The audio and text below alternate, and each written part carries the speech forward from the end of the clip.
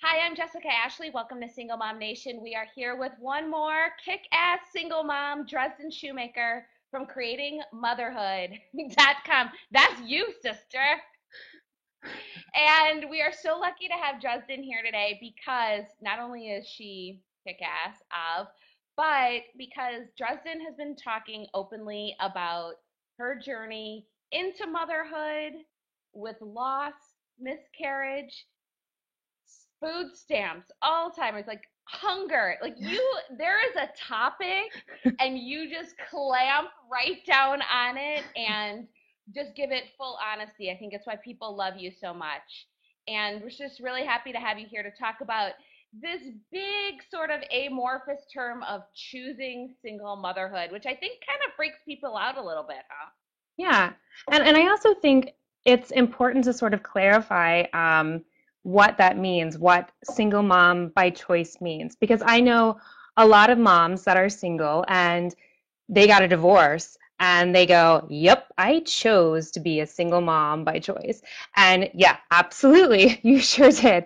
I want to explain sort of what sort of traditional, if you will, for lack of a better word, single mom by choice means basically means from the beginning, and by beginning, I mean conception. Um, I set out to be single. Um, I mean, obviously, I'd like a man and I'd like a boyfriend and I like a husband. But in order to create a child, I set out to be single. I knew I would be single. So when I say single mom by choice, that's what that means. That means that I started the process as a single woman. I went through the process as a single woman, and still single. But so that the two, motherhood and a partnership, are not contingent on each other, which is Correct. sort of the thing that I think confuses and is a little controversial to people. Yeah. So what are some of the reactions people have had? I mean, people have said to you like, "Oh, I'm a single mom by choice," Right. and you're like, Right. "Really?" But what are some of the other reactions that you feel like you fielded when people get what it means?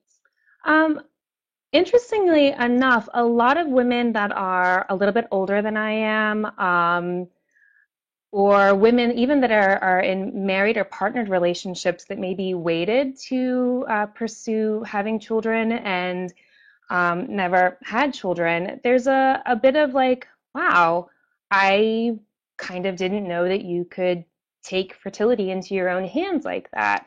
And so there's a bit of like wistfulness is a weird word, but there is a certain sense of like, oh, you went and just did that. You know, it's sort of like when you hear somebody who just sort of went to Italy on their own and you're like, "Oh, you can do that?" Like, it's one of those things where I had the dream of being a mom, and at the time I didn't have, a husband or a boyfriend, and I wanted to find out, is there a workaround? And so there is. Right. So let's go like way back to that beginning. At the time, you were caring for your grandmother, is that Right. right? Yeah. And so and she had Alzheimer's and you were her Right. primary caregiver, Right. which is a really intense relationship. So how did the two of those sort of intersect, like in that Venn diagram of your son who is to be now and your grandmother who is no longer with you? How did those two caregiving situations overlap for you? Well, honestly, I wouldn't have realized that I wanted to be a mom or that I was even ready to try to be a mom if I hadn't been my grandmother's caregiver. So she was, in a sense, the first domino that fell for me. And, before I became my grandmother's caregiver, I worked a very fast-paced life. I was pretty much married and dedicated to my job. I used to work in Los Angeles in the film industry, and I had no life. I mean, I loved my job, and that's what I did, but I didn't have anything beyond that. And once I became a caregiver, your life, your whole tone of life, your pace of life slows down. And as I started taking care of her, this sort of I just realized I had this capacity within me, this different kind of giving, this different kind of of love, of taking care of her. And I fell in love with my grandmother in a completely different way than I had as her granddaughter when I was a young girl. And I realized that, here I was sort of on my own. My mom was also very involved in helping take care of my grandmother, but I realized that I I was ready to do this. There was like a shift that happened inside of me. So it wouldn't have happened without her.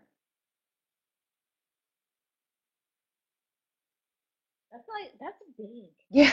That's big. When Yeah. that moment comes to you, I don't mean to be just like I'm not trying to be devalidating of it because it's that shift. I think a lot of moms understand when that transition happens to you, it rocks everything and you Yeah. can't let it go, right? Right. Yeah.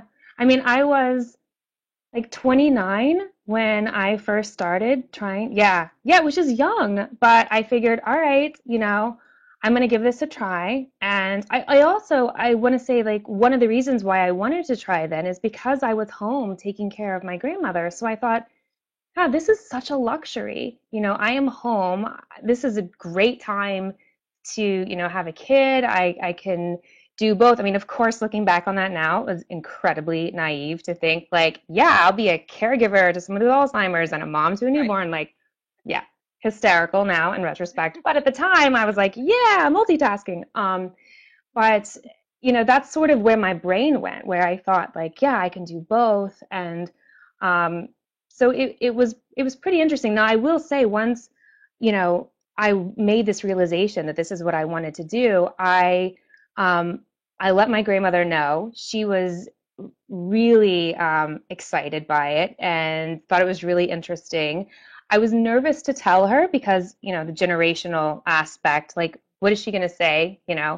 Um, Oddly enough, like, her comment was like, "Oh, cool, you don't have to deal with any in-laws," you know.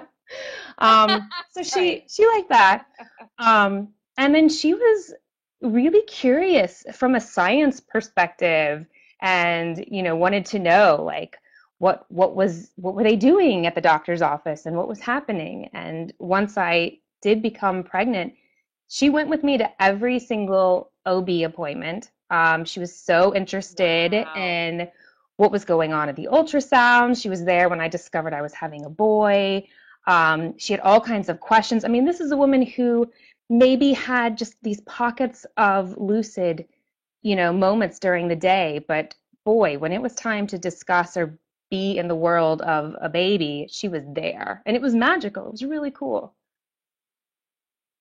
And you and I have talked about that a little bit because when I was pregnant for my son, my grandmother had just been diagnosed with Alzheimer's as well, and I told you how I felt like their spirits were passing Yeah. each other as my grandmother was sort of on her way out of lucidity and then her life, and my son was in coming into his. There was just something that couldn't be interrupted about their connection. And once your son was born, did you feel that? Oh, definitely. I mean, Millie and my son overlapped for 6 months almost exactly.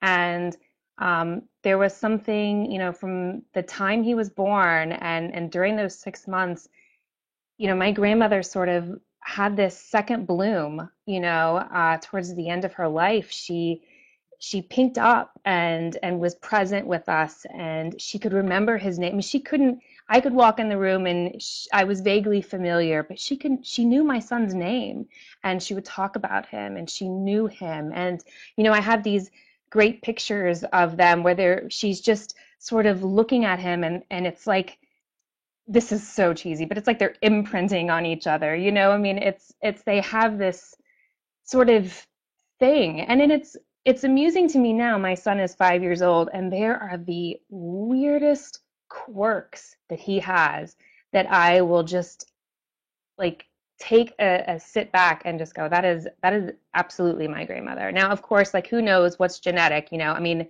but there are just these things where, like, I mean, obviously for like 6.5 years I trimmed my grandmother's toes, and he has my grandmother's toes like exactly like nobody else has these toes, and I know them so intimately, and then to just be like, Right. oh my God, um, yeah, it's very interesting to see the little things. She trained me very And you well. kind of had to be. Yeah, and you had to be really immersed in the science of what was happening with your body in conception and pregnancy. Yeah, So to have that spirit present is a big deal too, right? yeah, That's the inexplicable part of it that's sort of lovely about childbirth and raising a child right. is honoring, recognizing the spiritual part of it. Yeah, definitely. So let's talk a little bit about your grandmother was involved, your mother was involved, and your mother is really still involved. Yes, And the reason that you and I connected is that we have a mutual friend, lesbian moms who have for a long time had sought a donor so that they could have a child after lots of infertility issues as right. well. And so it's interesting to me that in choosing motherhood, you have opened yourself up to these communities of women who have helped you in the journey, maybe not right there like your mom helping you raise Right. your son, but really been impactful. So maybe you can talk a little bit about what are some of the good parts of that, or what are some of the challenges of having all those women with their fingers in raising your kid? Um, well, I think it's part of it is that from pretty much the beginning of this journey, um, I've been writing about it online, starting with the third try of trying to get pregnant. That's when I started my blog, was right after my third failed attempt. And so I started my blog then because I didn't know any other single women that were doing this. So I thought, well, I'll just share my story, and won't that be so helpful to all the other women? Yes. And so I started, writing, and then I found a community online through a well-known fertility website. There was like a forum for women using donor sperm, and like 85% of the women there were women in same-sex relationships. Then there were a percentage of women who were in married or partnered relationships where their partner could no longer create sperm, or they had some sort of genetic issue where they did not want to use the sperm of their partner. And then there was this sort of like very small section of like, heterosexual single women. We were like, hey, and it was a really interesting group where we were all very diverse, all very, the only thing we had in common was that we needed sperm. um, and it was really cool to sort of have this very diverse group where we were all talking about, yes, our fertility, and yes, our Lady Town business, but then we're also talking about, reality TV and talking about politics. There was a presidential election that was going on during a lot of, this stuff. So it was really cool to form friendships through that. And many of those have been, lasting friendships. And it's it what's been great about it is that for those women that do have kids now, our kids will forever have something in common, which is important to me. I mean, it's one of those things like, we just had Father's Day this past weekend, and, every kid has their own creation story. Every kid has a different and unique relationship with their own father. Um, and it's nice to know that when it comes to my son, there are other children out in the world who will be able to say, yep, I'm here thanks to the gift of an anonymous donation from a sperm donor. Totally normal, totally my normal story. And you know what? I know all of these other kids were here the same way. And there's something really nice about having that and having relationship with their moms, and knowing that we have each other as a resource, especially the moms that have older children, and you can sort of go, all right, how do I handle this? How did you deal? Yeah, exactly. Yeah. And and so how have you chosen, or do you think you will choose to talk to him about his own creation story? How do you navigate that?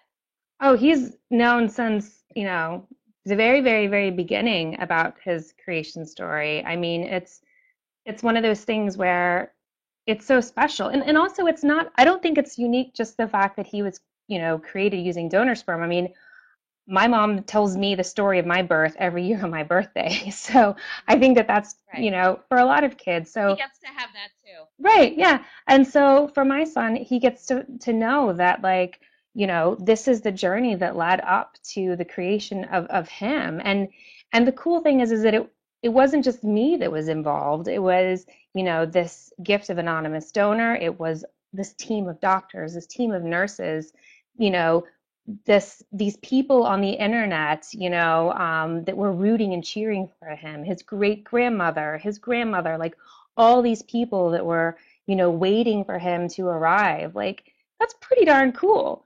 So he knows about that. He knows that he used to be an embryo. He knows that he was frozen. He's been to the fertility clinic where he was, he hung out for 6 months, So, um, and I think it's unique, it's special. And so as he gets older, I've added more information to the story. I sort of check in with him, and he knows the word donor. He knows, little information about that. And I just sort of judge where he is and what information he wants as we go along. I let him sort of drive that ship. I love the way that you talk about it, that it's special and it's healthy and it's normal and it's a choice that we have. And I have to tell you, it makes me think I'm on a lot of single parent message boards and Facebook groups, and I'm always so interested how the word sperm donor, the phrase sperm donor, is used often with anger Right. by moms who are really upset that their children's father is not in the picture. Yeah. And it carries this like really bristly negative connotation. But I love that you're rounding out that definition more. We're like, this is a lovely gift. This is Yeah. this amazing thing. So, what are there any of those moments where you feel like, ugh, there's this messaging out there about this kind of conception that just doesn't jive with your experience? And Well, how do you react to that? it's sad. Look, it's sad if you started your parenting journey with another person and then for whatever reason they're not there anymore and you want them to be, that sucks. And that's really hard. Um, but I think I think what really does a disservice, and it does a disservice to our kids, is using, the negative language about how they were created. Like, if you created your child with, a man who is no longer in the picture because of divorce or because they just left, you you need to find something, some sort of nugget to be what you use to talk to your kid with, something instead of this negative, like, sperm donor thing, because sperm donors are pretty awesome, the actual go to the bank, leave a deposit, kind of fellows, they're pretty great. um, but what these men are, they're not that. These are men who made a bad choice, and either, or maybe it was a great choice, maybe it's great that they left, maybe that's the best thing that could have happened for this family, is for them to leave. So you have to find the nugget that you're going to tell your kid, because this is going to be in their heart forever, so I think that's hard. I think it just comes down to, the language that we use around our kid when we're talking about things in our life as adults, and I think that just goes beyond parenting and beyond. I mean, that's just life. I mean, that's like, how was your day? I mean, how much of your day are you sharing with your kid? And what are it's like we have, we're soup, and it's like, how strong are we going to make that cup of soup and share with our kid? It doesn't always need to be so strong. So, No, I think we have this idea too that it might be easy sometimes mhm. to choose single motherhood. There is still that concept to a lot of people that it's just like you shoot it up in you and then it's good. You've clearly had a lot more Right, complications than that, not only with your son, but in wanting to have a child since then. right, And there's just been a lot of health complications. yeah. What would you say to a woman who's in the middle of that right now or is beginning and not knowing?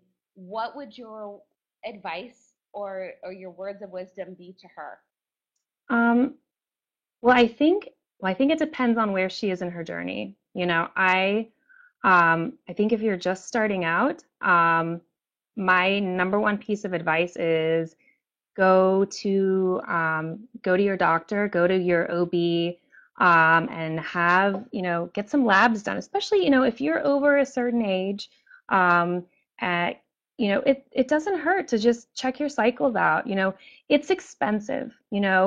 Doing this is expensive. Sperm costs money. And if you are using a midwife or using a reproductive endocrinologist to try to conceive this way, it costs money. So you don't want to just like throw money up your vagina and not like have know that it's gonna, like, it's just wasting it. So you might as well Then it will know. come out a baby. Right, Right. right.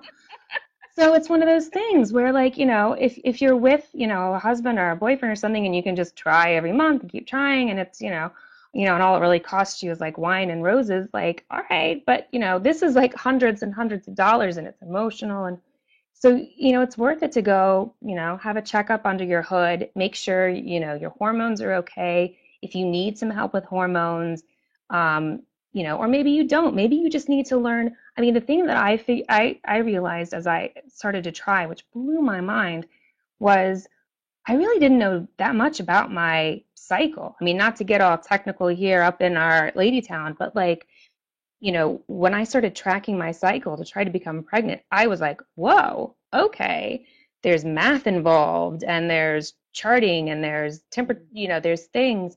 And I didn't really know all that. And so just making yourself aware of that is something that's really helpful. Now, if there's a woman who's been trying for a long time and it still hasn't worked, I think, you have to have the hard conversation with yourself, and you have to ask yourself, how far can you go? you know um so that's hard, and only an individual can know this. Like, nobody else can tell you this. It's And so that's a really hard one. And I think also, there are counselors that do specialize in, you know, emotional issues about fertility. And there can be, I mean, when I was trying for many years, before I became pregnant, I was seriously depressed. And, I was seeing a counselor because I had caregivers depression. I mean, I was just really a mess. And in speaking to my therapist at the time, she actually said something that really resonated with me about the aspect of trying to get pregnant every month and failing. You have a little bit of PTSD about it. It's really hard. You keep going, you set yourself up for failure. I mean, it's really hard. So it wouldn't be a bad thing if you're in the midst of hard times to seek out some help, you know? So, Mhm. And I think there's also that aspect of feeling out of control of your yeah, body yeah, and feeling like this is something you should be able to control, even if there is math involved, right, or because we spend so much time, many people trying not to get pregnant or being right. careful about being pregnant, and so it's a thing we feel like we should be able to control, which is really an unfair expectation of our own bodies. Right. And also, if you're on hormones, oh my God, like, you're not thinking Right, clearly that at does all. not help. Right. And so finding like if you're in the process and you're having a hard time, like, just finding another, like-minded people who are going through the same thing. They don't even need to be, single women. They can just be any other woman who's going through infertility issues. They'll get it. They absolutely will. So what's the one overarching message that you would love to share with other women about choosing single motherhood? And it's a little bit different, but what have you heard from other women who have read your blog and heard your story? What are your takeaways that would be like, here is Dresden's big old creating motherhood message for the ladies out there? Um, I think, No pressure. yeah, I think, and this is something that I sort of, just because recently, it's Father's Day, I think that one of the things that I want to make sure people realize is that being a single mom by choice does not mean that I don't ever want to get married. It doesn't mean that I don't ever want to find love. And it also doesn't mean that I hate men. Um, So it's one of those interesting things that I think some people think, oh, well, you chose to circumnavigate a guy, so you must think that, you don't need a man at all. And that's not true, you know. That's and I also could never ever think that a man wouldn't be valued or important because I'm raising a son. I want him Mhm. to be amazing and fantastic, and so the idea that single moms by choice, or me specifically, would have an issue with men is not the case. And so I think that that's something that I think people need to pay attention to when they talk, to other single moms that are like, oh, yeah. And I think that's really interesting that you bring that up because I do think that there can be a real attitude about being single motherhood. It's something, oh, I don't know how you do it. And there's this victimization about it, Right, or there are these stereotypes about what a single mom is. And the reality is, it's such a diverse, rich pool of women doing things in many different ways. right, And part of that is how you choose to frame it. yeah, And are you going to choose, how do you choose to see yourself? For me, it's been a really empowering experience, not always easy in right. any way, but I felt empowered to know this, I can do this. I'm a really good parent and I can do this on my own. Man, it's easier with support. Yeah. But um it's a part of my life I feel really proud of. Do you share any of that, or how do you see yourself in terms of single moms, in what all that cloudy messaging is about being a single mother? Yeah, I mean, I always say that, I'm single, like that's my status, but like I'm certainly not parenting solo. Like I couldn't I couldn't do this on my own. I am so lucky, my mom is very, very actively involved and helping me with my son. And I have friends who are very, very helpful. My son goes to an amazing school with great teachers. There's great moms there. And I just have great friendships. So it's one of those things where yeah, there are times, sometimes at night where it would be great, where I'd be like, it'd be great if I could just be like, here, you go handle our child kind of thing. So I never take for granted the help that I have, because I know that it's people choosing to help me. They're not obligated to help. But yeah, I never feel like I'm solo parenting. And so that's something that is, I think, very great. I'm very lucky in that regard. And you know what's so interesting that you say that? It makes me think, when people are partnered and have a kid together, that there's not necessarily a lot of discussion about all of the other people who participate in parenting that child. Yeah. It gets really put on those two parents, but when it's a single parent, there's usually a lot of acknowledgement about everybody else, the community aspect of Yeah. parenting. So it's sort of an interesting thing I hadn't really thought of before, now that Yeah. you mentioned that. Takes a village, The man. community part helps. It does. It takes like a slightly kooky, Yeah. fabulous village of Right. many different people with many different schedules Yeah, to help out, because exactly. one schedule doesn't work. Dresden, I am so grateful that you have been here. If you want to read more about Dresden's story, it is multifaceted. There are many layers, and it's so honest and wonderful and accessible. Go to creatingmotherhood.com, visit Dresden Plaid on the Twitter, on the Book of Face. Find her, read her, love her, support, find your support there. Thank you so much for sharing a little bit of your story with us. Kick ass single mama, Dresden Shoemaker. Thank you for being with Single Mom Nation today. Thank you, Jessica. And we'll see you on the internet Oh yeah. soon with the next part of your story. Yeah. Oh yeah, totally. Thank you. Bye-bye.